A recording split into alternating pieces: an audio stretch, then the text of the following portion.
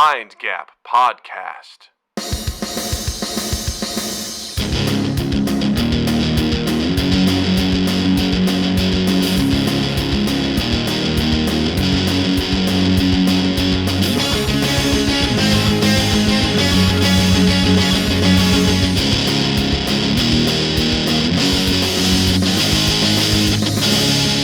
Hey everybody, welcome to Mind Gap Podcast. I'm Doug. I'm Justin, and we are thrilled to have you back for another week. And we're not just saying that because the court ordered us to. We are very much, we are saying it because the court ordered us to, but we're not just saying it because of that. Yeah, the kangaroo We are court. actually thrilled. The court of kangaroos says, hey, you have to let people know exactly how you feel about them and that you're excited. So You have to let booyah. people know how you feel about kangaroos. Mm-hmm.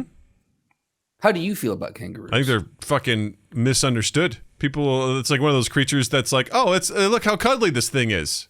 And you don't realize that they, they lean back on their tails that are made of like cartilage to get, a nice spring, and then they fucking disembowel you with their feet. Right. Kind of like raptors in that way. They're jacked raptors. Yeah, jack raptors. They're jackers. Japtors. Jackters. They're like a weird tractor. Jactors. Hey man, did you get new tires on your jackter? Buff guys that like tractors. They're jactors. What a weird subsection. But you know what? There's a Facebook group for it. So Yeah, you're if there's welcome. a Facebook group for it, then it's a protected class. So And there you go. It's from Australia. That's what HR says. If there's a Facebook group of it, then it's a protected class. Don't fuck. Can with you it. imagine how gross the HR department is at Facebook? Yeah. Speaking of Facebook, did you hear that they're giving up on Meta? No, what? Tell me. I actually didn't hear this. I read an article. It's basically was like Meta basically is capitulated, and Facebook's basically just going, we're gonna focus on AI. So the company, the Facebook, the parent company is Meta, but you're talking about the Metaverse? The Metaverse, yeah. Okay. So They're giving Facebook up is on it. saying we're just not going to fuck with it anymore. Yeah. They're giving up on it. After they basically... They went all in on it. And not that, but they convinced other businesses to go all in the Metaverse as well. And, to buy digital real estate and all that sort of shit, and then just... Yeah. I still don't understand how any of that works. Like I'll fully cop to being an old man in this regard. I'm like, the Metaverse, when you're like buy digital real estate, I'm like, but it just exists. What are you buying? Is it an NFT? Well, I think part of it was, according to this article, like Zuckerberg was just selling this thing that people couldn't find an application for. He was just kind of speaking in vague terms and was like, it's the wave of the future, man. It's going to be able to do all this stuff. And he never really gave clear cut, path or a vision of really what he was trying to do. And ultimately, people were like, yeah, we're good. We'll file this under Google Glass, The box of lost toys. Yes, exactly. It's amazing how many people in history have made $1 bajillion off of that exact thing. Like, did you ever watch the, I think it was on Hulu, it was the WeWork? No. With Jared Leto and Anne Hathaway. I'm familiar with it. WeWork. No. It's essentially what that guy did. Like, he was just like, I'm just going to keep promising that we're going to see growth. And he said it with confidence. And, you do that long enough and with enough certainty, and a fool and their money are soon parted. You'll get people paying you. Yep. It's amazing how many people have actually gone on and made billions of dollars like that. Yeah, it's pretty impressive because at some point, you have to realize like this isn't going to last forever. Yeah. At some point, this is going to fall apart. Yeah. You cannot sustain it. It's just not going to happen. But that's you're like, why I feel well, like- I'm all in, so we'll just keep going. Yeah. I feel like that's where that line of thinking attracts. I don't know if it's sociopaths or if it's narcissists or if there's a certain type of person though that I think they believe their own hype, and that they like, I'm the one that is gonna it will work out for me. Like, everyone else looks at it and goes, this is gonna end in a fiery train wreck. But that person goes, nah, I'm gonna be the one that beats the system this time. Well, I think some people are also, they think along the lines of, I will. I have partners, and I have everyone who's profiting, and the people that are profiting are like, we'll just keep this going as long as we can, and then we'll like Bernie Madoff, the biggest Ponzi scheme guy of all time. Like there were 3 or 4 other guys when the well was kind of running dry on the Ponzi scheme, would give him an infusion of cash to keep it going, and they all knew. Yeah. They all knew what was going on. They're like, we're gonna milk a little bit more. We'll get because basically they give them a loan and then they'd like double their investment. Yeah. They're like, cool. Once you make this back, you pay us back, and then well, let's keep this train going. They're like, I didn't know what it was being used for. It's like, yeah, you did. Yeah, you did. God, yeah, it's pretty wild, and it's just unfortunate how when enough people are like, yeah, this is a good thing, this is cool, this is legit, and people are like, I guess it must be. If there's this many people involved, then it's got to be legit, right? And because you don't want to believe that this many people could be fooled, but it happens. Oh, it happens many, many times over. Yeah. And we don't learn from our mistakes. We don't learn from history. Nope. So the next person will do the next thing, and people will give money and lose money. And part of it too is like people want to believe that they want to be a part of the next big thing, right? Because people are just absolutely stroking their dinguses to the idea of like, man, if I had Bitcoin, when it first came out and it was worth a fraction of a penny, and I had it now, man, I'd be so rich. And it's just like, if I went back in time and invested in Apple stock, I would be so rich. It's people don't want to be left out, but then you see what happened with the NFTs, where people just basically got absolutely butt blasted by those things. I mean, again, it depends on the timing. If you're able to get in and grab one of those things and then sell it and then make some money, but it's just, it's a quick buck here and there. If you can pull it off, I guess good for you. But I mean, it's the risk reward. You got to do the math, and it's very, very real with stuff like that, because it could pay out big if you time it just right. Mm-hmm. But by and large, the majority of the people don't time it right, because you get sucked up. It's the gambling thing, right? Well, it's the trick. That's the whole trick of the thing. Like I was talking to someone who said that they had gotten some cryptocurrency early on, and they sold it for like a $3,000 gain, and he was kind of like, man, I'm kicking myself because I could have made so much more. I'm like, yeah, but you didn't know that. Hindsight. I was like, to make 3,000 on it, I go, that's a huge gain. That if you look at percentages, that's a huge win. I go, that's the key. Like when you're doing stocks and stuff like that and options, the idea is like set a target and then take your money and then leave, and don't sit there and watch it after the fact, because get out transact, because if you hold it, you could get those big bucks, but you could also get royally fucked if you're, it's because the greed is the worst thing. It just saps people, because they're like, well, if I hold this on, what if instead of getting 20% return, what if I get 40%? What if I hold on to it and it goes to 55%? It's like, yeah, okay. But what if 20% is also good? Right. So 20% more than you had. Take your 20, move on to the next thing, So anytime I sit, I don't often go to the casino or gamble, but every once in a while, like maybe once every few years, Beth and I will find our way, into some gambling establishment. And if I sit down at the blackjack table, I always find myself, if I'm up, and I play the lowest, like $5, like I find the lowest table, not a high roller, this guy. But if I'm up even just a little bit, I always have that thing of like, you could just call it quits because you're up. Let's say I came in with $100 and I'm $50 up, and I'm like, it's not a lot, but you're $50 richer than when you came in. So you could just grab this and go, I had a wonderful time winning some money tonight. But then I'm also like, yeah, but this next hand could be a blackjack and I could double that. Like, I don't know, maybe. And it is a very, very easy trap to fall into. It's always the what if. The what if will get you. And it's a brutal.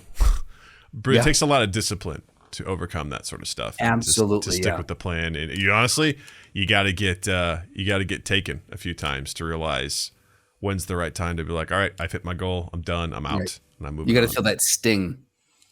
I feel the sting, baby. The sting of the wasp. Have you ever gambled? Like, I know you never. You drank accidentally once. I know that. No, like when I was in 5th grade. I was hanging out with some boys, and they're like dared me to take a drink of their dad's vodka, which I did. I took a drink of it, and then I was talking about the time you thought you cracked a soda? Oh yeah, there was that. A big Yeah. old gulp of Miller Lite. That's still a joke amongst Jill's family. Where I'm like, ugh. And then I think I had what do you call it? The post meal shot, whatever it's called, the digestif. I had that when I was over in Rome. Oh, they like gave it to us. okay. I was like, it would be rude if I didn't drink this. Right. So I did. I'm always surprised at how much those help. I find that they help. I don't know. I just did it. It was like, I don't know what I just did. I was too polite to refuse it. I was like, I guess I have to do this. Absinthe. Have I fun. was like, oh God, I'm seeing things. But yeah, in general, like if anything, it's been by accident. What was the original question? Got sidetracked. I was prefacing the gambling question with, I know you don't drink, like you don't have a lot of vices in that realm. So have you ever gambled, even by accident? I did. We went to, where was it? I don't know if it was Vegas. It was either in the Atlantis Resort in the Bahamas, or it was in Vegas. There was a $20 slot machine. I put in $20. No, yeah, it was $5. I put in $5. I got $20 out, and I'm like, later, and I walked away. Nice. On your first pull? Yeah, just pulled it. Wow. I just quadrupled my intake, and then I was like, later, and I just walked away. One pull. Right. I'm getting some pop. The rest of it is just like, I don't like, what, I gotta get fucking chips, and then like I was like, it's just, no, I don't want to do that. I'll watch people do roulette. I'll watch people do blackjack. I'll watch people do, craps. Do you find the World Series of Poker interesting? Like, will you sit and watch that at all? I used to. If it's on, like at the gym, I'll be like, all right, I'll watch that. But I'm not, I'm not. If anything, it's become more of a spectacle now. I think when I was really into it was when, like, what's his last name, Moneymaker, was in it. Oh, I think it was like 2004. Yeah. And that was kind of like right when it was like breaking through to the mainstream, and it was really cool. Now, I watched over the years. It's like now people, like, they throw on their headphones and their sunglasses, and it's just it's a whole thing now. Of themselves. Yeah. It's not that enjoyable for me to watch. But I mean, like, I don't go to casinos that often, but if I do, I'm just curious. I'll just watch. I'm happy to watch. Also, the people who know, like, how to play the game, like, I'm always just like bamboozled by craps and roulette. Like, I know it's craps more so. Roulette, I understand that's not super complicated, but craps, I'll stand at that table and I'll watch them, and I'm like, I don't know, the people who are just confidently throwing things down and they're making their bets and they're like, I'm like, who understands this? Kudos to all of you, because this game is absurdly, unnecessarily complicated. Yeah, it's the way I understand it is there's someone that shoots the dice, and that person is trying to do certain things, and then you're either betting for or against the person rolling the dice. Like, you're either trying to say, I bet they're going to roll this, or I bet they're going to roll that, and it is. I think you can get like broad bets, and then down to very specific, like this. If it's similar to roulette, where you can be like red or black, but then you can be like odd number, even a specific number. It's going to be blah, blah, blah, blah, blah. There's many ways to break it down. Yeah, it's wild. I'm a blackjack. I don't even sit at the poker tables. I like poker. I'll play it I'll play it with friends hanging out. Yeah. No problem with that whatsoever. Had a lot of great times in college just fucking around with it. But if I go to the casinos, I'll sit down at the blackjack table, the cheapest one I can find. And as soon as my limit is hit, then I am walking away. I had a friendship end over a game of poker. Really? That was fun. It was in college. Why? And it was our senior year, and we were playing. It wasn't much. I think it was like $20, I think, was like with the first place when it was like 4 people. And we set a rule that once it went to heads up, it was something the way that the math worked out that you could just say, I'm just going to take the $10 or whatever. Like you're going to split it. You know what I mean? You're going to split it and be like, buy-in and we'll just like, take your buy-in and be done or whatever. Yeah. And the way that it worked out, I wish I remembered how this worked out, was there was very little incentive to go heads up. Okay. Because it was very little incentive for the person that was like ahead to go ahead and do it, because the odds of you would lose way more than if you just took, like, just like, oh, let's not do it, let's just take the split. Yeah. And I went out, another guy went out, and then Jill and this other guy were going heads up. And as they're going to do that, I just mentioned, I go, oh, this seems kind of flawed. This was my intention. I was like, I think this is flawed because why would you ever go heads up? Because it makes more sense to not do that. And he goes, well, we already agreed to that. I go, oh, I know. I understand. I'm just saying moving forward, I think this is flawed logic. Like, this isn't, there's no reason to go heads up. And he just like kept going back to like, well, we agreed on this. I'm like, I understand. Right. What I'm saying, I'm not stopping it right now. Yeah, I'm just saying is, well, we already agreed to that. I'm like, I understand. What I'm saying is, can you see that there's a flaw in this law? Like, and it just went round and round, and then we got into a shouting match. And then, seriously? Yeah, and then he started like taking low blows. Like it started getting off topic, and yeah, that basically ended our friendship. Oh, that's a bummer, man. Yeah. Was this back in college or where was it was this? my senior year of college, and that point moving on. We basically, our friendship had died in that moment. It just died a slow death afterwards. So, Jesus, when is the last time you talked to this individual? When I moved out. Oh wow, okay. After the end of that year, we both gave each other a very like required yet polite goodbye. We're like, all right, man, well, see you later, and that was that. Like, yeah, we still haven't spoken to this day. I don't spoil any surprises, but guess who my surprise guest Oh is? shit! Is it Jake Abbott? Jake Abbott. That's the name for sure. Maybe Yeah. I don't know. Yeah, it was unfortunate that's That's how a bummer, that man. was the beginning of the end, and there was some other stuff in there that apparently he had issues with that started were, like very- leaking out as this argument unfolded. Where I was like, wait, what? So yeah, and I wouldn't call this like a win, so to speak, but everyone else in the house was on my side. I would call it a win. I don't call that a win because that's not how I want to view it. But like in the moment, being young and immature, it felt good to know that other people were like, yeah, man, like this is weird. Because also he did other weird shit and got on other people's nerves. And other people were like, yeah, man, I'm not here for that. Peanut butter and socks. It was strange. I remember one night. It was kind of late, and this guy and his girlfriend and another guy and his girlfriend were in a room downstairs, and I could just overhear people talking, and it sounded like things were progressing to the point where there was going to be a foursome, and it was getting very strange. Okay. I heard things like, cool, now you take off your shirt. And I was just sitting at the top of the stairs with my cat Taco. She was just sitting on my lap, and I'm just petting her. I'm like, what the fuck is happening? And it's like, cool, now you two kiss. And I'm like, what the fuck is happening? And one of my other roommates came home, and he was not in a good mood. He came right upstairs. He's like, what the fuck are you doing? I'm like, dude, I think they're about to have a foursome down there. And there was like a lot of giggling and a lot of like, it got really loud. Like, it sounded like things were about to kick off. He went down and was like, boom, boom, boom, boom, boom. Opened the door. He was like, what the fuck are you doing?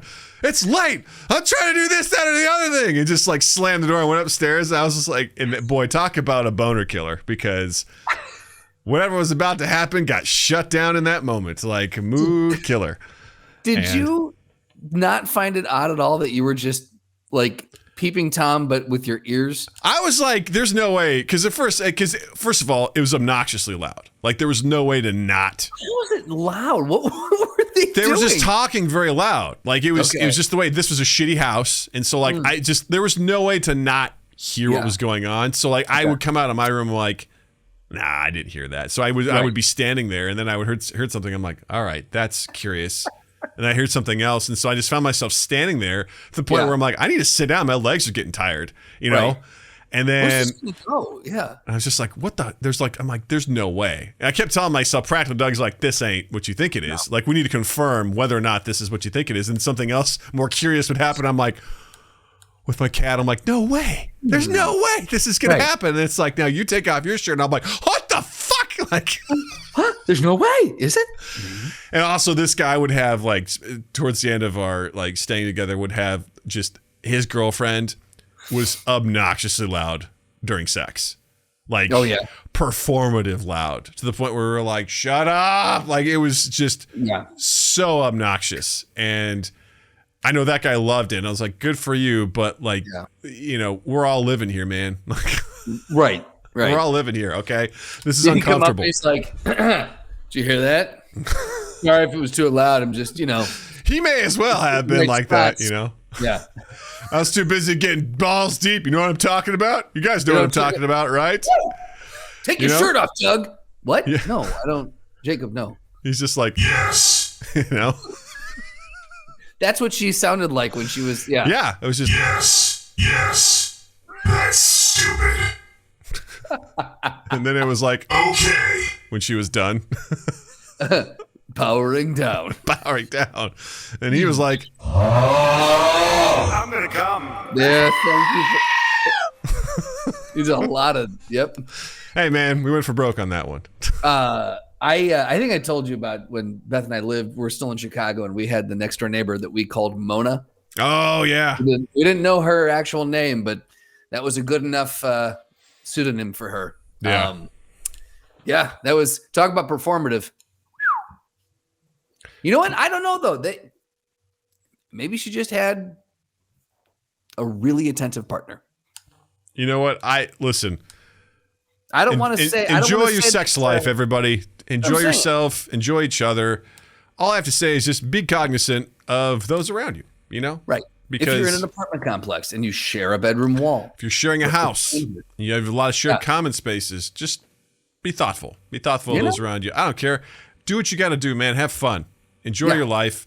Just have good sex. That's all good. But just be cognizant, you know? Be thoughtful. And, sometimes it sucks. I mean, I know most of my life, from the second you can drive until God knows when, you're usually sharing some sort of space with somebody. You don't have a spot to call your own. That was the weirdest thing when Jill and I finally, and I'm sure you know this, just moving in, like you move in, you're like, oh, this is our house now. Like, yes, this is our house. absolutely. Like, we have our own fucking space after spending years in dorms, in apartments, and just all sorts of shared areas. You're like, no, this is ours. This is Well, it's ours. funny because we had not too long ago, like I'll every once in a while I'll have that thought of I'm like, man, there's a whole floor in between where Beth and I are right now. Like I'm up in what I call my office. I call the treehouse, and then she's down in the basement with the dogs watching TV or whatever.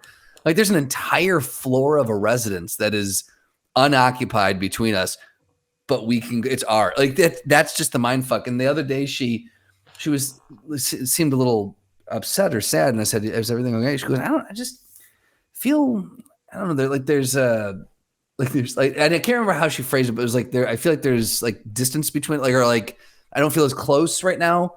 And we, after talking it through, literally came to the realization that it's just because we're not in the same room 24 hours a day, 7 days a week, 365 days a year. Like, we lived for, 12, 15 years in what is essentially a 780 square foot apartment. Like, it's a room. We were in a room all the time together. We're like, oh, actually it's okay. So it's not a bad thing to feel that there's some space. It's actually a good thing.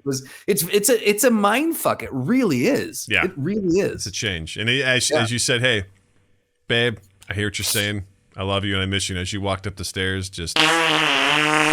and she's like, you know what? Just stay up there. I'm glad we have the space. And I just go, forever in your heart.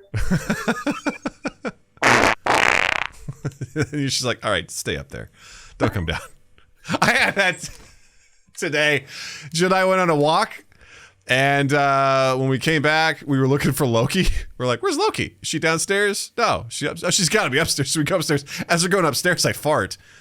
And we go all the way up there. Is she behind you? No, she's in front of me. Okay. We go upstairs, I fart. And then we go up there. We look at all the rooms. She's not there like, oh, shit, she must be downstairs. And she's like, now we got to walk through your fart. And it was a bad one. I was like, oh, God, it is bad. We had to go around, go right back through it. And we found the dog downstairs. Like, we didn't have to go through any of that, but we did. But you know what? And you're closer for it. Walking through the fart cloud, she's like, God, what have you been eating? I'm like, just the normal stuff.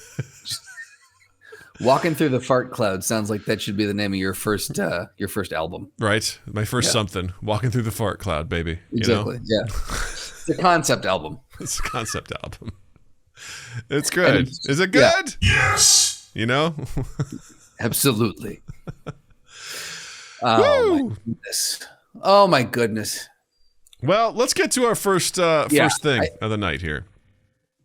I think this is really important because For all you sports fans out there, all you sports douche canoes. Sports fans. Sports are cool. There's this article from. I don't believe that when you say it. What's that? I don't believe that when you say it. What? That didn't sound genuine. Sports fans? No, sports are cool. Sports. The sports are adequate. They're real. They're real, Justin. It sounds. They're real. Okay.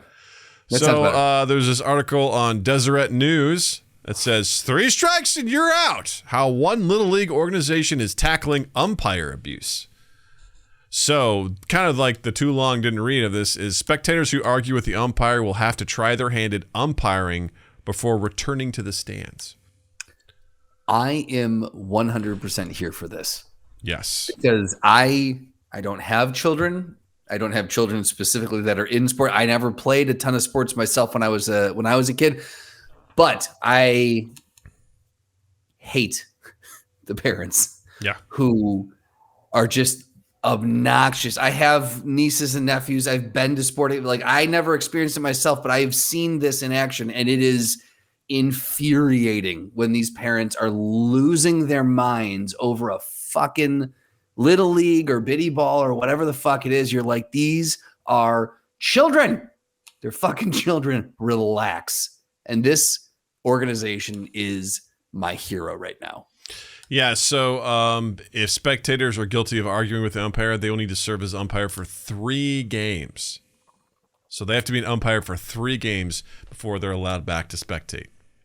So I think that's fantastic because as I said many episodes ago when we were talking about customer service and how I said everyone should do it's kind of like how there's mandatory military service, there needs to be mandatory customer service. Absolutely. And something similar with this, like being an umpire is always going to be challenging because you're always going to piss someone off with some call. And, and to kind of like, bring up like what Justin's talking about is these are youth sports, man. This ain't the World Series.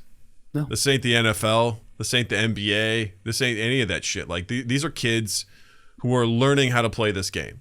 Now, obviously, the older they get, the more talented they get, the more experience they get. The expectation is, there's more at quote unquote stake, but still, maybe scholarships, maybe some actual money's on the line. But I would say that gets to like high school level. You know what I mean? Like high school level stuff. But it's when you're if you're under a certain age, it's fucking uncalled for. It's absolutely uncalled for. Go ahead. No, I was just gonna say, like they gave a example here. They said during a 2019 youth baseball game in Lakewood, Colorado, parents disagreed with a call from a 13-year-old umpire and stormed the field. Parents and spectators started punching each other while the 7-year-old players looked on. So this is a 7-year-olds that are. This is basically Natalie's age. Right. Exactly. Think about that. And let me tell you, being around a bunch of 7-year-olds, they don't know dick about what they're doing. All right. They have no idea what they're doing. And they're picking grass. They're, looking up at this. It's that. What's going on? They have no idea what's going on. The idea that you could get them to even swing a bat or throw is just a goddamn miracle. Right. So, I think it makes sense to just chill your tits, like. I think the statistic in here that actually shocked me was because this is happening in New Jersey, which good on you, New Jersey. Finally, you're doing something. But the New York Times reported that it's not just a Jersey issue. Nationwide, 50,000 high school referees quit from 2018 to 2021. That's fucked up, man. Yeah, and all based off of or the majority, if not all, based on verbal abuse. Yeah. Like, how bad is it fucking getting? Like, that's absolutely insane to me. 50,000. Yeah, that's insane. In 4 years. That's crazy. It's like, what is this? It says like Deptford Township Little League, the Utah Youth Soccer Association experienced the same shortage and uptick in verbal abuse. One of the association's referees, a 16-year-old young woman, had to be escorted off the field by police officers because people were coming after us. It's just like... Now again, think about that. Like, you're threatening a 16-year-old kid. At that point, they're still a kid. You're threatening a child. Not a child. Sorry, a young adult. But it's still, they're a kid. They're a minor. You're threatening a minor. Yeah. Over a fucking a game? I remember What the being fuck? at Jill's nephew, who's a big soccer guy, when he was young, maybe, I don't know, 8, 9 years old. We went to see one of his games, and I had to watch a parent get thrown out because he was just like jabbering on the sideline. Just jabbering, talking shit to the point where I could tell the referee, she got annoyed with it. She got flustered, and she's like, you can go. And the guy was like, good, fine, good. And he like packed up his shit. I'm like, you're getting thrown out? I was like, look where we are. We're in the middle of a nowhere in a fucking field. Right. All right? That's how important this game is. That's how nobody gives a shit. We're in some fucking field. There's no structure. Someone mowed this area for us, for these kids to play in, and you're going to fucking pick fights? Like, What are you doing? Well, and not only that, but like you're talking about just you're putting your child at in an odd way, right? Because if I'm a parent, and you could probably speak to this even better, but if I would assume that if I was a parent and some kid's dad's acting like an absolute asshole, I'm less inclined to want my kid to hang around. I don't want them going over to that dad's house. No. I don't want them interacting. I don't want them learning from that. I don't want them exposed to that. And so you're also hurting. Not only are you being an asshole, you're hurting your child. You're hurting them from a social standpoint. Yeah, 100% agree. And I mean, in my experience, I also remember I've told this story, before. But I used to, when I was in high school wrestling, one of the things we did to kind of give back was high school wrestlers would volunteer at what we called a kids club event, which was like basically youth wrestling tournament for the day. And I was working as like a scorekeeper at during like several matches, and these were 6-year-old boys that were wrestling who didn't know what was going on. I mean, these kids, they were just smiling and just just doing whatever, and the pins came fast and furious because these kids don't know what the fuck they're doing, and I just watched these coaches like beating the mat, being like, get out, put him on the foul, half Nelson, turn him, flip him, go. I'm like, these are 6-year-old kids, man. Right, like, just relax, man, relax. Like they just want to, they don't give a shit. All right. This is where you work on the fundamentals. This is where you're like, yes, and just, and kids cry when they lose and they get pinned. And, also wrestling is kind of a violent sport, man. Like, you got to manhandle someone else, and absolutely, it's all about domination. It's very weird, man. And I don't know, just seeing that, even when I was, 17, 18 years old, I was pretty disgusted by what I was seeing from those adults. I'm like, these are children, man. Like, why? You should be looking at this as like, yeah, we'll have a friendly competition because this is the best way to practice, But, just it blew my mind at the insanity that goes behind this stuff. And it's upsetting to see parents acting like this in front of their kids. I would be ashamed. The only way I would ever act like that is if my kid or other kids were in like physical danger.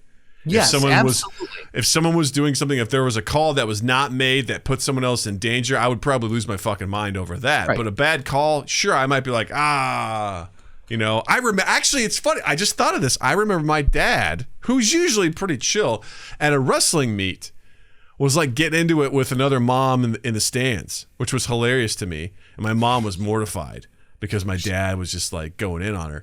But apparently there was a guy on our team who did he kind of did like a throw on someone, and the kid like hit the mat pretty hard, and the slave's like, that's illegal. My dad's like, actually it's not.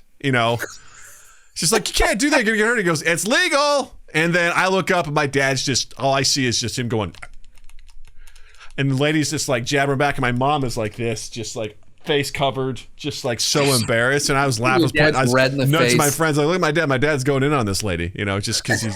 Because I'll be fair, my dad knows the rules better than anybody. He was a coach. Yeah. Like, he knows that stuff. He follows that stuff. For somebody like, that's illegal. He's like, it's not. It's very legal. You know what you're talking about. He's like, you don't know what you're talking about.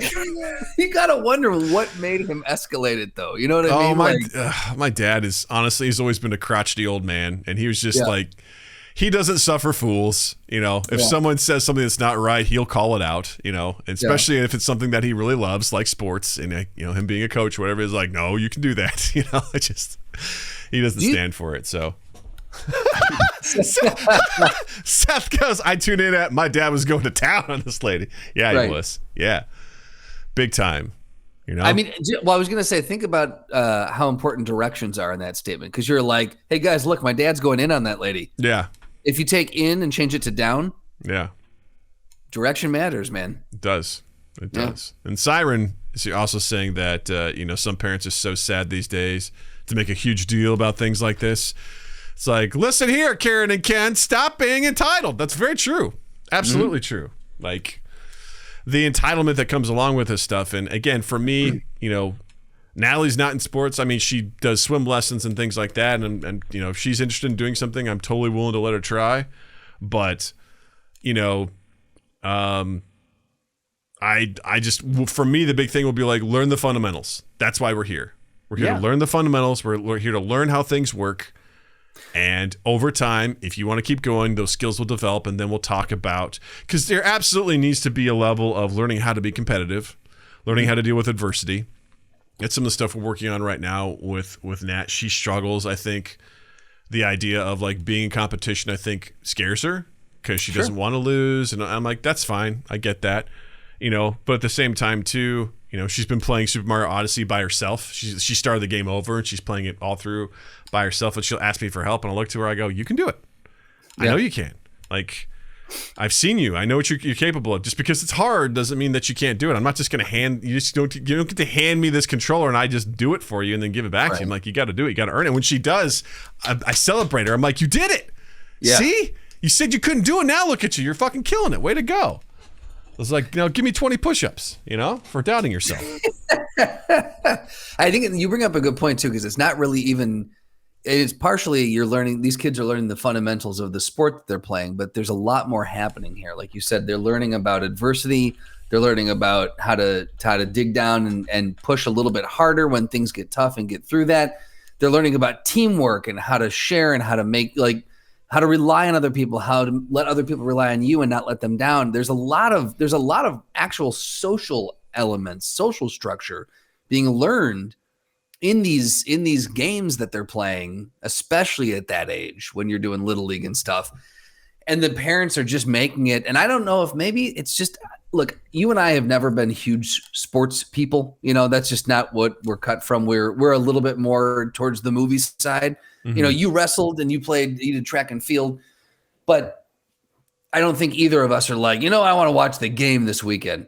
No, never have. Maybe people who are wired that way, maybe it's a little bit different, but I don't understand losing your mind over something like that, especially when it comes down to the when it's the children. They're learning. They're fucking learning. I agree. So I want to put this to the audience. If you played sports or if you have kids, hit us up in the comments. Let us know, like, have you experienced any of this sort of stuff? What do you think about it when you see parents act like this? Are you one of these parents? Do you want to talk about it? We're not your therapist, but do you want to talk about it? Why do you get so worked up? Let us know. Yeah. We'd love to hear from you. Tell us the best story that you have of someone in the stands, because I know there are some crazy ones out there. This was like I think it was an old Vine from years ago, but there was like a hockey game, like a kids' youth hockey game, and this guy was getting so mad he was banging on the glass and it broke. And it's just like there's this weird silence, and someone goes, and someone goes, "Way to go, Gary!" Just. Like, great, now we gotta stop the game, you fucking dick. Like, just yeah, so fun stuff. Speaking of fun stuff, super fun stuff. There's I have this one all set up and ready to go. It's a visual one, folks. It is a visual one. So this I'll read you the story and then we'll give you our thoughts on it. Okay, so the headline for this one goes out to Seth. State senator makes shirtless vote during Zoom meeting. So the way this goes is that Minnesota state senator became a reluctant star after he voted shirtless while lying in bed during what could have been or should have been a routine legislative commission meeting. So in a video streamed on YouTube, Republican Senator Calvin Barr of East Bethel can briefly be seen voting with a Schoolhouse Rock I'm Just a Bill character on the wall behind him during a Zoom call on Monday. So if you're curious, man, if you're like, geez, Doug, I really wonder what this looks like. Well, here you go. Aren't you in luck? This is what it looks like.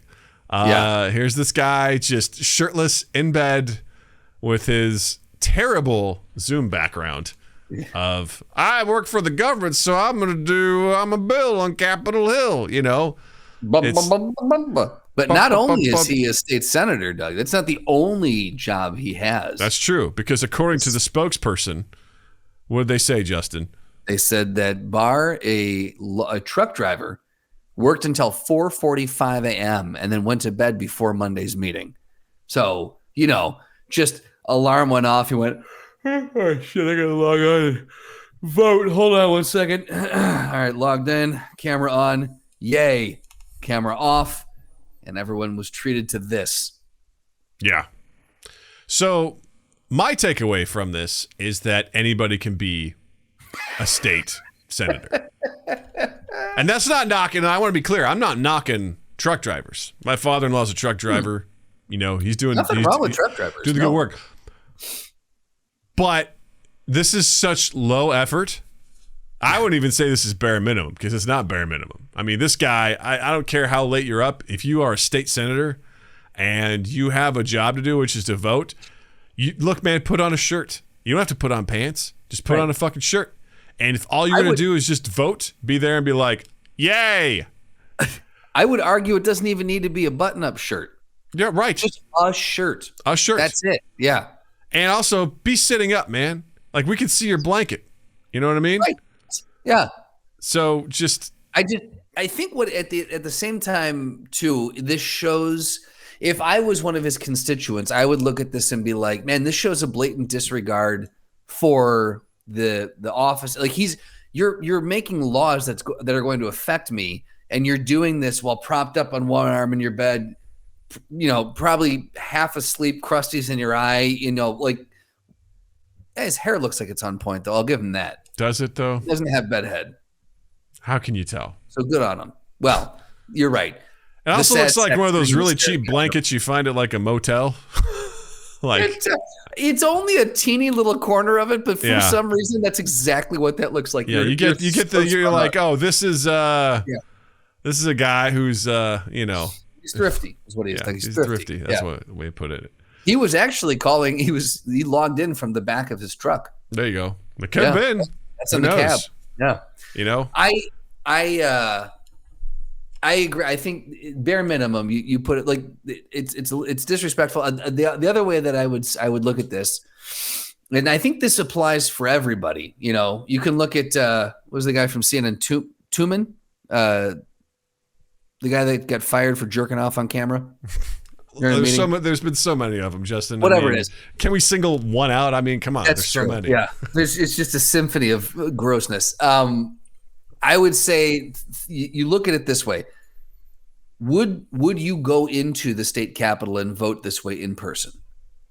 No. Would you, if you wouldn't do the thing in person, then you don't do the thing on Zoom. Zoom remote working doesn't just give you a pass to let all social decorum just fucking go out the window. We're loose on things. You know, if a kid runs in, your dog, you got to get up, you got to take care of this, that, the other thing. These are things that we're all in agreement we can loosen up a little bit. But put a shirt on, keep it in your pants, you know, simple things. If you wouldn't do it at the office, don't do it on your Zoom. Don't do it especially when you're fucking voting on a law. Yeah. It's just so disrespectful. Yeah. And just everything you said, Justin, makes so much sense. Practical Doug approves this message because it's Thank you. Would you do this in person? No? Then don't fucking do it on Zoom. All right? Right. Like, it's very easy. I want to go back to a very important point. The amount of guys that have been caught jerking off or looking at porn since we've been doing remote work. I mean, people are like, well, I'm at home. It's like, yeah, but you're also at work. Would you do this at work? And there's a handful of those guys that are like, yeah, I also do it at work. It's like, okay, that's a whole different situation. But for the guys that are like, yeah, well, I'm at home, so I'm just going to do this, you know, while on a Zoom meeting. Just the sheer amount of stuff where I mean, I've seen so many examples of people that are like, hey, took a screenshot of whatever, and you see like their tabs that are open. Oh, yeah. And you're like, oh, it's amazing. Dude, what's this teens only tab that you have open, sir? Oh, God. You're an IT guy too. Like, what's up with that, man? Like, what's going on there? You know? Siren goes, imagine you're on a Zoom meeting for a family call and you're topless. I mean, I do that for streams sometimes as Andy America, you know? So. Yeah. Well, you answered, was it, there was one time we were having a production meeting. Your camera flipped on and it's just, Doug's just there, full bare chest. He's got his natural sweater on. I do.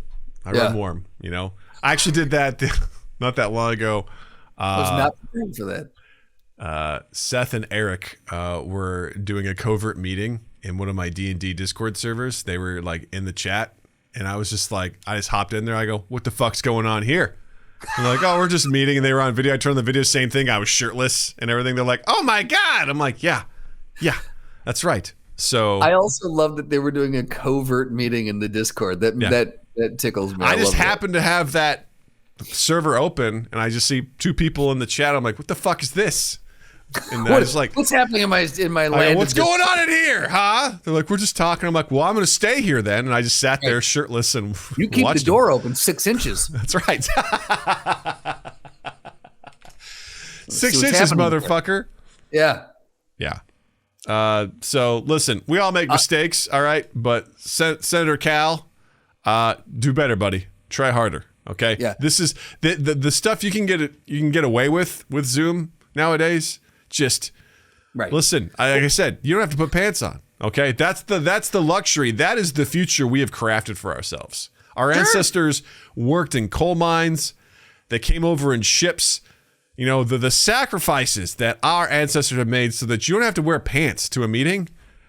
Fucking acknowledge where you come from, what your ancestors have done, and show them the respect.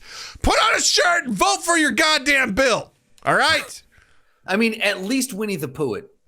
Yeah. That's all we're asking. Jesus. Minimum. God damn it! Tom Cruise. Do your job. Do your job. To put a button on this, I think the thing that makes this worse is that there's a kid's cartoon in his backdrop. Well, that bothers me for two reasons. Yeah. One, it's super fucking hacky. Because they're like, I work in the government. I'm a legislator. So you know that really old cartoon? Yep. That's going to be my fucking background. I was like, ugh. The only thing that would be worse if it was like an American eagle clutching the American flag and like, I don't know, an immigrant or something like that would just make it worse, you know, as if this is like, great, we all really know who you are. But you know, instead it's like, this is my background, this screenshot from this commercial that taught me everything I know about government, you know? This is all I know, you know? Yeah. Ugh. Oh, here we go. I was watching a story and someone read a story about a person who was meant to have their camera on Teams for a university meeting. They were in hospital clothes. So were they sick? Did they break something? Uh-oh. I need to know more about this. Yeah, it sounds... Why were they in scandalous. hospital clothes? What's going on here? Yes. And then they woke up from a dream and they realized it was all in their head. It was all a dream. You know, it wasn't real. And they're like, what?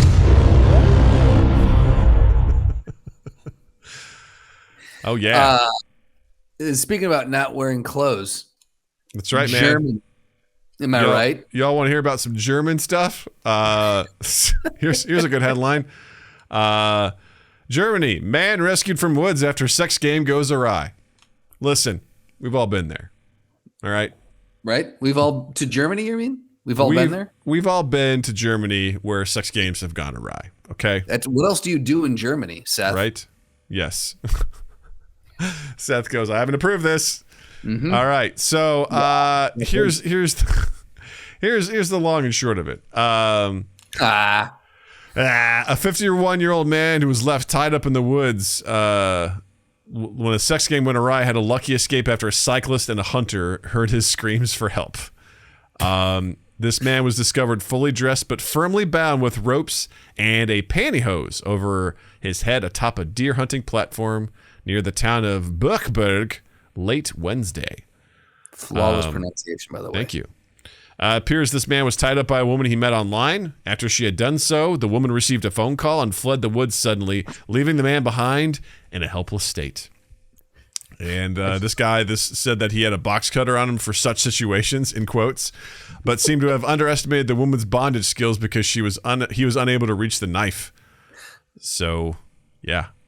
Seth goes, this is a tamed Florida man story. Hey, man, for Germany, you know what's up. I've got a box cutter, but I can't reach it because it was so good. Oh, but her nuts were so good. They were so deliciously good. Yeah. She was naughty with her nuts. Yeah. What? I gotta ask you what the paragraph in here that sticks out to me is after she had done so, the woman receives a phone call and fled the woods suddenly, leaving the man behind in a helpless state. What was the nature of that phone call, Doug? Grubhub delivery. Her order was. We've all done that, right? We've ordered online instead of setting the time for like, oh yeah, for 2 hours you hit ASAP. Right. And they're like, yeah, we delivered this shit. And you're like, fuck. Oh no, I gotta get home. That was like $30 worth of shit. Because with delivery fees and stuff, like, fuck. And you know that, Carl with a K, because they're German, he steals that shit off of her doorstep, her stoop all the time. He's constantly just grabbing her Grubhub, and she's like, fuck, that's like a 30-minute drive, and I totally forgot. I hit ASAP instead of like, I don't know, 1,800 hours since they're on 24-hour clocks over there. So she's, was basically like, hey, man, I fucking got to go, dude. This Taco Bell ain't going to eat itself. Yeah. German Taco Bell. Eat my Arby's. Yeah, my Arby's. I like that better. Yeah. My crispy curly fries aren't going to be crispy. They're going to be greasy. Yeah. My roast beef will solidify by the time I get there. I don't like it. The au jus will be. Never mind. Yeah, I like. I just love the fact that she got a phone call and she's like, "Oh, you know what? I'm sorry. Hang tight. I gotta split." And he's like, "Well, can you untie me before you gotta go?" No time for this. Yeah. I have to go right now. Right now. I'm late to vote I'm a state senator and I'm late for a vote and I got to get back to reception. He's like, but I'm gonna come. And she's like, sorry, too bad. Sorry. Yeah.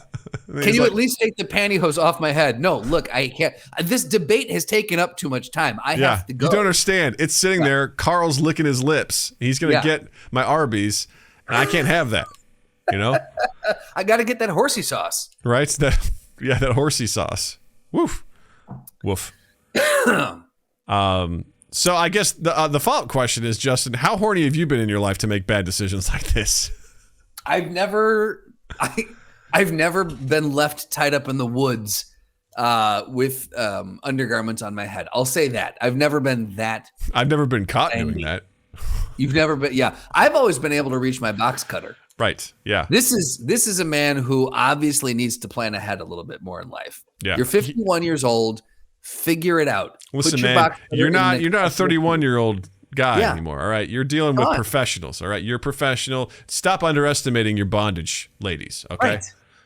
Right. Also, I get how let me flip it on you. What about your randiness level? Have you ever been caught in a precarious situation because of it? I mean, I've gone to less than reputable websites because I see the thumbnail for a video that I'm like, oh, this is going to be the thing that I need to finish. But I think, what, Justin? Don't act like you've never done. It's the phrasing. What? Less than reputable? This is the thing I need to finish. Just like, yes. Yes. And afterwards, as I'm looking at the website, I'm like, this looks like a really dangerous place. I don't give a shit. Like, I gotta. Oh, this isn't even a .com. Oh no, this is bad. This is bad. I think I told the story before, but when I was young, like, I used to I would check the TV listings. This is how old I am. It would tell you when certain softcore porn would be playing on like HBO and stuff like that. And I would set my alarm to like wake myself up so I could sneak downstairs to watch it on the family TV. And one night I did that, and my dad was asleep on the couch, and I was so sexually frustrated that I was like, you know what I'm going to do? I saw the TV remote was like on the floor next to him. My plan was to slowly turn up the volume to wake him up so that he would get up, because I knew if he woke up, he would just go to bed. So I crept onto the floor and slowly started pushing the button. But as soon as I did that, the floor creaked and that woke him up.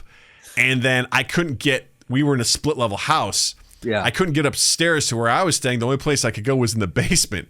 And my dad was such a prolific snorer. That's where my mom made him sleep, was 2 floors below her. So the closest escape route I had was to the basement. So I ran to the basement when my dad got up and like got a drink of water or whatever. And I went down to the basement, and we had a basement had gotten flooded in the flood of 9/3. And so there was no carpet. And my grandfather had passed away, so we had like emptied out his house, and we just had a bunch of his shit in our basement. There was no carpet. It was just cement floors. And there was a very specific pathway I had to walk through to get to the corner of the room, because this was my logic. My logic was, when you walk into a room, how often do you check the corners? You're not a SWAT, trooper, right? I don't sweep the room, You don't sweep the corners. And if you're tired and you want to go to bed, you're probably just going to come in, flip the light switch on, and then go to your room or whatever. Sure. So for me, I was like, I went downstairs, I flipped on the light. I was like, I have to walk this very specific path of garbage to get to the corner. It wasn't a straight shot. On the light, like you weren't afraid that the light was going to draw attention. Well, that's the thing, is I couldn't leave the light on, because then he would know that I was there. So I had to flip on the light. This is like a fucking game in Pummel Party. Read it. Yeah. We had to, like, this is a path, turn off the light, and then figure it out. And I'm going. I'm trying to go fast. I step on a metal platter. I step on it, and I release it, and it goes, wow. I'm like, fuck. I got to keep going, and I make my way over to the corner, and I just, like, kneel down, and I push myself against the wall. Like this. Now facing the wall or facing the wall? Okay. Facing the wall. Because I was like, get small, get flat, and whatever you do, don't make a move, don't make a noise. And I hear my dad just boom, boom, boom, coming down the stairs. I hear him rounding the corner. I'm like, fuck. And here's the kicker. I had no idea what I was going to tell my dad if he found me. If he said, what the fuck are you doing? I had nothing. I literally had nothing to tell him. I had no excuse. I had zero. So the only thing that was going through my mind was like, don't get caught. And I'm just pushed up against it. The light comes on. I'm just like, and he just does exactly what I expect. He just walks past me, goes in to, there was a bathroom in the basement. And as soon as he closed the door, I was like, I have to get out of here before he turns off the light. Because if he turns off the light, I'm going to have to fucking sneak out of here without making any noise. Right. So the light was still on. So I was like, and now. It's also, you risk, how many times is he not going to see you, right? Like he already didn't see you once. Yeah. You don't want to play those odds. You're not a gambling man, Doug. No. So I was like, now's my chance. I was like, went upstairs. And at that point, all boner time was over. I was like, I'm going to cut my losses.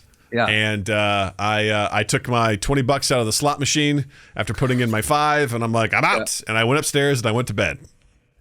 I like to think in that story, your dad walked right by you and went, fuck it. I don't even have the energy. He saw you and went, he saw his son in the basement behind a box, kneeling, pressed up against the wall with his face turned, just crunching, eyes closed. And he looked at you and went, yeah. I was just like, oh my God, I'm going to pause. He turned to you and just goes, you were going to jerk off, weren't you?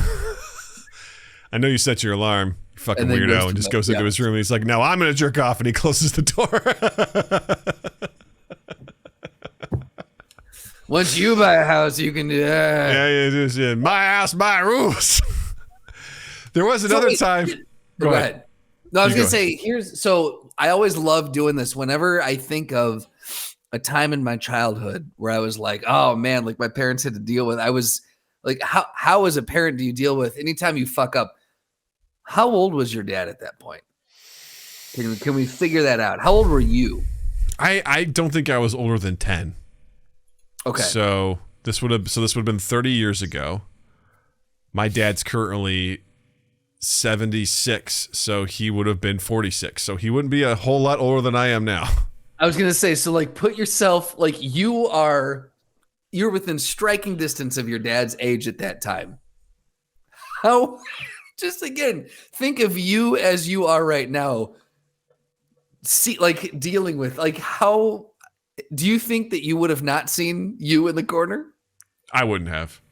You wouldn't have seen me. Okay. My passive perception is below average. Okay. Like there have been countless times. One of my favorite stories was when I was in college, my freshman year, I had a lofted bed, as most people did to make more space. And there was a ladder that went up to my bed. And the guy whose friendship ended over a poker game, he and I were very good friends my freshman year. And he loved to steal my ladder. And he did it all the time while I was in the room. Nice. And because my computer was on, I'd be playing games. He'd come and he'd talk to me, and he would put his hands around the ladder. He'd talk to me through the slats. Amazing. And then he'd just be like, all right, dude, I'll see you later. He'd just turn with the ladder in his hands and just walk. Minutes would pass by, and then I'd look, I go, why does it feel empty in here? And I'm like, fuck. I go, Jack! And then he'd be like, I don't have it, man. I don't know where it went. And he'd hide it in his room somewhere and have to try and find my ladder. So, yeah, it was classic. It was classic stuff. So yeah, I'm not very observant. I think my biggest thing to do is if I did see Natalie scrunched to the corner like that, I would just be so goddamn confused. I'd be like, you need to explain to me right now what you're doing. And hopefully we've built that enough where she's like, I was trying to watch softcore porn, and I'd be like, well, now I get it. That makes perfect sense. Like it would be like, I'd be like, oh, I've been there, Go Absolutely. to bed, yeah. Don't go to bed. Yeah. Go to bed. But, yeah. Just go to bed, and okay, because that is always the struggle for me is when things don't make sense. I have an aggressive reaction to that. Right. Like today. Well, it's like when go ahead. You today, got another one today? Natalie was outside playing with her friend, and we had the front door open because sometimes she has a hard time opening the door. So the door's open. It's just the door that you pull open or whatever. Yeah. Back door's unlocked. She's playing in the back of front yard. She rings the fucking doorbell. Jill's on a call. I'm in the middle of something. I come over. I'm like, and she's just standing at the door, like waving me. I'm like, what are you doing? She's like, what? I go, why'd you ring the doorbell? She's like, there's a box out here. I'm like, I know. She's like, well, are we going to bring it in? I'm like, why'd you ring the doorbell? Like, that's my question. You don't need to ring it. You just open the door and come in. Like, why'd you ring it? That was like no sense. Like, it was. Right. I feel bad because look back at it, she was just like, oh shit, I shouldn't have done that. And I don't know why. Sorry. I'm like, well, why'd you do it? Why? Why'd you ring the doorbell? Look, these are the times when your parents say, like, I hope one day you have a kid just like it. I'm gonna bring up the SpaghettiOs thing. Her ringing the doorbell is your SpaghettiOs thing. Yeah. Where you made SpaghettiOs and you're like, I don't want these. So you dumped them outside. And your dad sees them and is like, what the fuck is this? What do you think this is? The prairie? The prairie. That was the line. Yeah. What do you think this is? The prairie? And you're like, yeah. I don't know what I was expecting to have happen, I guess. Yeah, I figured I dumped it out. The evidence was clearly taken care of. It's like, yeah, dude, tomato soup It's in nature. Doesn't disintegrate when you dump it into the lawn. I thought the ghosts were going to eat it. Yeah. It's just like unbelievable. So yeah, to answer the question, like I try to be understanding, and I think I would just be more confused if I found Natalie doing that, and if she could explain to me and be honest with me and tell me what's up. I'm like, all right, we're cool. Like we can get through this together. I need to understand. If I saw that, I'd just be like, what the fuck are you doing? But yeah, I totally wouldn't see her. Yeah. Natalie will totally get stuff by me. I know that. Like. Oh, so you're ready for it. You're prepared for this. Listen, man, I'm not an observant guy. I'm not. Yeah. It's not my jam. Jill's very observant. I think Natalie has some of Jill's traits as far as like observing things, and it's not my thing. I didn't roll very well in wisdom. Okay. My wisdom stats are low. My passive perception is pretty low. So yeah, it is what it is. So what are you going to do? Yeah, what are you going to do? You know what you do roll high in though is practicality. Goddamn right. Hit it, baby. You got the questions, we got the answers. All you do is ask. Practical, practical, practical, practical, practical, practical, practical. Ask Practical Doug. If you haven't been here for Ask Practical Doug before, Practical Doug is a tiny Doug that lives inside of Big Doug, and he helps Big Doug on all of life's journeys and through all of life's quandaries and quagmires. And Practical Doug is here to help you as well. So if you have a question, you can ask Practical Doug by joining us every Tuesday at 7 p.m. Central on youtube.com/MindGapPodcast. Join our Discord. There's an actual Ask Practical Doug channel on Discord dedicated to those burning questions that only Practical Doug has burning answers to. Or on any social media, hashtag Ask Practical Doug and at MindGap Podcast. You can ask us on there too. Lots of ways to get your question to Mr. Doug, right? I should have said you have a soothing balm of answer for the burning questions. That's what it was. I thought you said you have a soothing ball. Just one. Just a singular one. We all know what happened. It was the great pogo stick incident of '88. That's right.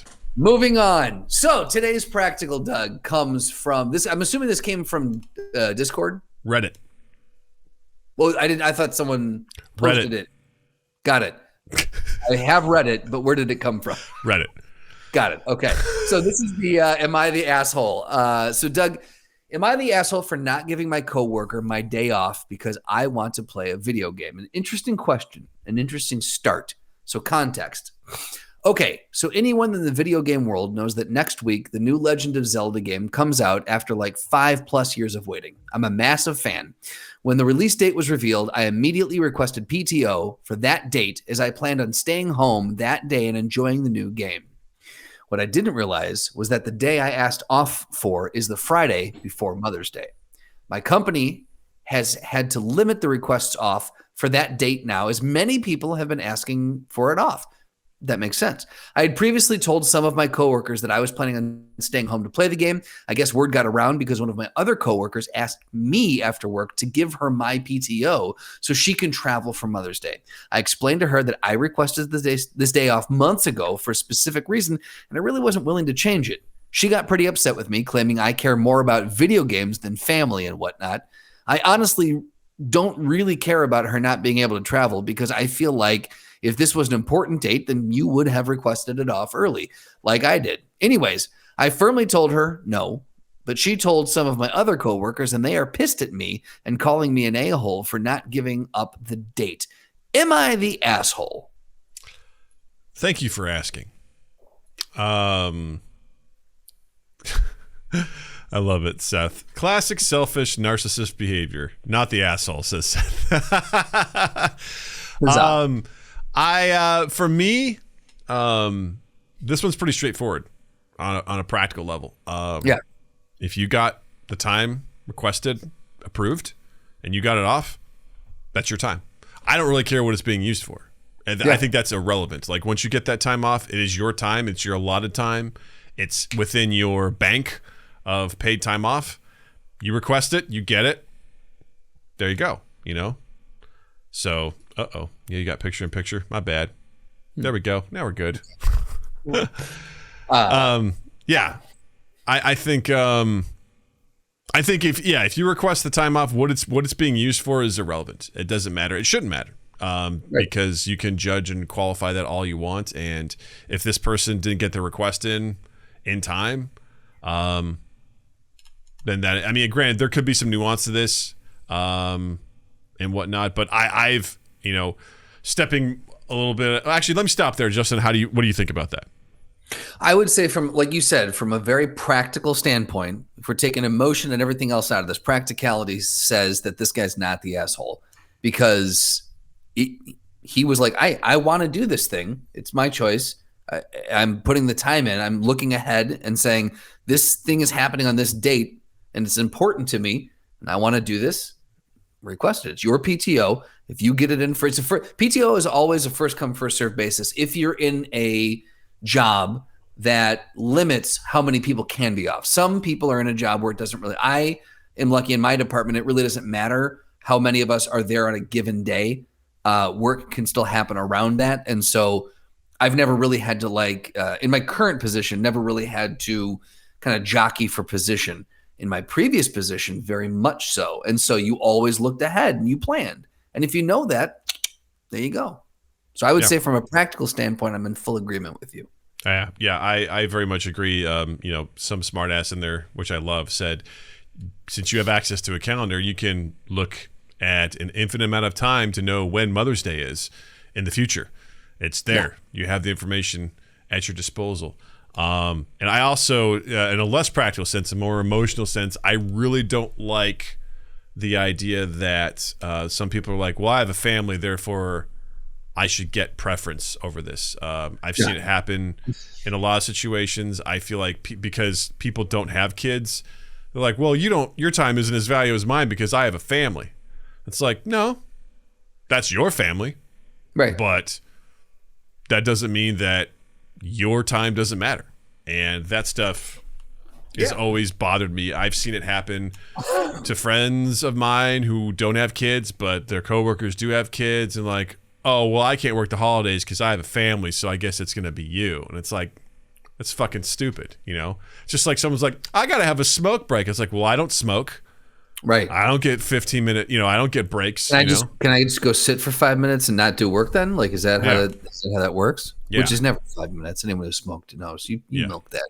Yeah, you milk the shit out of that. I would say I don't think there's anything wrong with this individual asking if he can. Hey, can I here's the thing. Like, look, mea culpa. I didn't plan correctly. I would love to see my mom on Mother's Day. Is there any possible way that I could get you to switch with me? It would mean the world to me. No. Okay. Thanks. Had to ask. Yeah. And at that point, you can try. Yeah. But that person's not required to do that.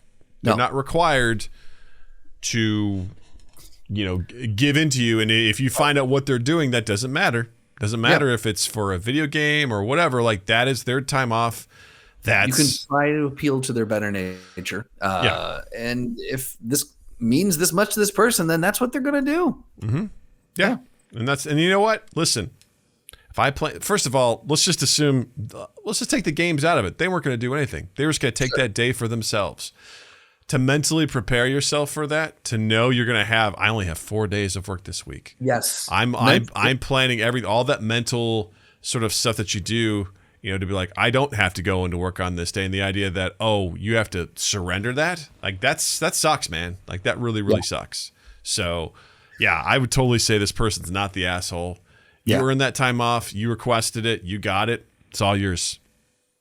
Now, let me ask you this. If someone came to you and petitioned you with the same, what would you do? Would you acquiesce to the request, or would you stand true and say, nope, this is my PTO?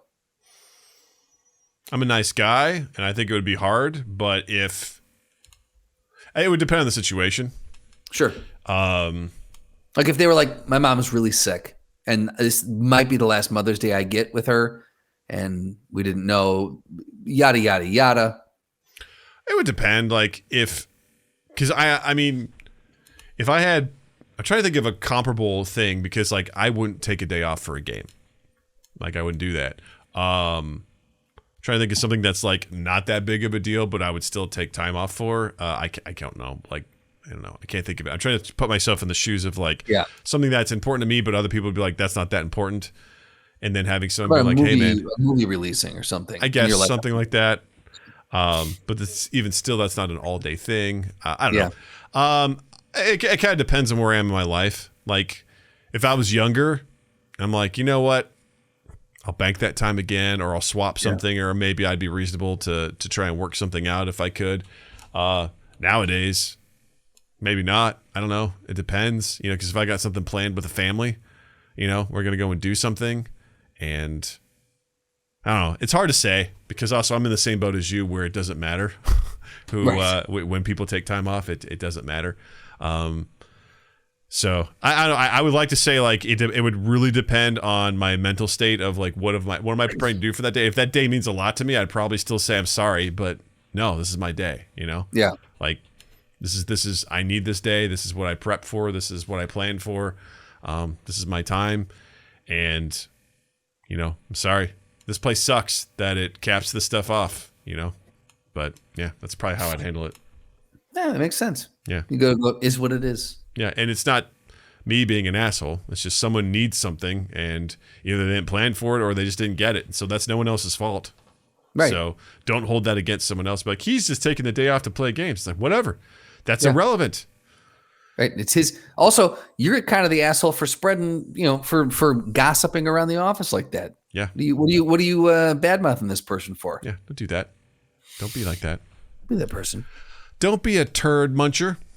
That's right. Don't be a turd in a punch bowl. Boo-doo-doo. There you go. And asked and answered. The soothing balm for your burning questions. Soothing balm for your ball. Ta-da. Justin, what do you got to recommend this week? Well, I am going to recommend a sitcom that I watched it on Hulu, but I do think it is an ABC show. It's called Not Dead Yet. Wasn't sure about it in the beginning. When we first started, we were like, this could go either way. And by the end, I was like, I fucking love these characters. I don't think this is your kind of show, so I'm not recommending it to you. That's but fair. Stars Gina Rodriguez from Jane the Virgin, Lauren Ash, who was on Superstore, Hannah Simone was on New Girl. So a lot of sitcom veterans, a lot of TV sitcom funny people. There's a whole bunch of other people who roll through, but Gina Rodriguez plays a newspaper reporter who left and then comes back, and the only job that's available at her old newspaper is the obituary section. But when she gets signed an obituary, she gets haunted by the ghost of the person she's writing about. And she has to try to figure out, how do I communicate with them and get rid of them and also live my life? And so it's kind of a situational work relationship comedy that actually has a surprising amount of heart. I would say not as much as Ted Lasso, but it's a very different show than Ted Lasso. Some of the same DNA, very different show. Rick Glassman's in this, huh? Who? Oh, yeah. How do you know him? What's he from? He's a comedian and a podcaster. He very is improv heavy guy. Is he? I mean, this guy on the drop of a dime will just go into bits. Like, he's kind of a lot to handle sometimes, but he's got a very unique sense of humor that I find interesting. His character and his character's delivery, he's a fun character to write for. And I'm wondering how much of it is written or if they let him go. Yeah, he's a very yeah, he does some wild shit. Like when he edits his podcast and stuff like that, he'll be like, and now we'll go to our sponsor, and his dad apparently owns like a carpet and flooring company, and he will literally do commercials for his dad's, like, and it'll be his dad doing like, so-and-so carpeting, we get you. And he's like, no, let's do that again. You're reading that wrong. That's not the right ad copy. It's just like, they're almost like Andy Kaufman like bits and stuff like that. It's very interesting. He's an interesting guy. Awesome. And yeah, he told an interesting story about growing up when he was apparently put in like some special ed classes because they didn't know what ADHD was. And one day, he just left the classroom to go to the bathroom. And when he was on his way back, he heard his teacher like freaking out saying, "Ricky's on the loose! Ricky's on the loose!" And he's like, "Ricky's, what am I, a monster?" Like, they just thought he was a psycho, And he just he laughs about it. He goes, "Man, that really hurt my feelings because I was just like, I'm a human being, but you think I'm some sort of animal." So anyway. That's funny. Yeah. Oh, interesting. So so the character he plays has I didn't realize that it's no longer called Asperger's syndrome. It's level 1 autism. So the character actually has it. He was diagnosed with that in the late 2010s. Interesting. Mm-hmm. Yeah. So he was playing a character. So I thought it was just playing into that character, but that actually makes it even funnier and cooler, that the fact that they're like, yeah, this is something that, like, this is who you are. Great. We're going to put that into the character, or we're going to let you put that into the character. So anyway, it's a fun show. I would say the season ended, and it by the end, it got me. It sucked me in. So I will be watching season 2. Nice. What do you got? I don't have anything. I've been rewatching Game of Thrones. Okay. I watched House of Dragon, and I was like, God damn it, it's going to do it. It's going to suck me in, and it did. I was like, I'm going to rewatch it, and I'm almost done with season 5. Oh, you're burning through them. Burning through it, man. and Jesus, it's great. Are you getting angry because you know it's coming? I was just sitting there going like, I know season 6 is a fucking banger, man. It's a banger. And I'm like, I told myself I'm just going to watch through 6. I'm like, no, I'm going to go through the rest of it. You're and just, doing all right. Just see where it goes off the rails. Are you picking up anything that, because I haven't rewatched it. I watched it once and that was that. But are you picking up anything that you didn't realize the first time through? I'm always curious about that shit. There's like little foreshadowing things that I obviously didn't see, that, hear people talking about. And they do reference House of the Dragon characters, just in passing as they're, reading stories about stuff from the past and whatnot. There's still some, there's certain episodes where you're still like, fuck, like the Red Wedding. It's a tough one. Yeah. With the Viper and the Mountain duel. That one was so goddamn tough. That one's a tough one. When Sansa marries the Bolton boy, and you're like, oh my god, I forgot about how fucked up he was, dude. Yeah, there's just some stuff where you're like, oh shit, like some of the stuff Joffrey does, is pretty fucked up, and you're like, god damn, like. Oh wait, was the Bolton boy the one that tortured? He made the kid dog. Yeah, Reek. Yeah. Reek. Yeah. Oh, that was it. Not dog. Reek. Yeah. Mm-hmm. Yeah. Ramsey. That was tough. Yeah, that's a tough one. Yeah, it's definitely a good show. It's just, I know what's coming with season 7 and 8. As we get there, I'm gonna be like, god damn it, man. There's just Doug, winter's coming. Yeah, I know. But I'm going to do it. It's like what I did with Lost. I went back. I'm like, I need to find that exact moment where it just goes tits up. And I'm going to find it. I can tell you where I stopped watching. Yeah. Before episode 3. That's it. Yeah. I haven't watched it. Would you recommend I finish Lost at some point in my life? No. Good, because I wasn't going to do it anyways. It's annoying. Season 5 is wild. But boy, you get into season 6 and you're just like, I don't know. It just becomes a mess. Yeah. Yeah. Just a bunch of shit where people just, boy, if they would just talk, there would be no problems. That show would have been wrapped up real easy if people would just talk to each other. Yeah. Just not be like, I can't talk to him because we're fighting right now and I can't tell him the truth that would solve this problem. Gah.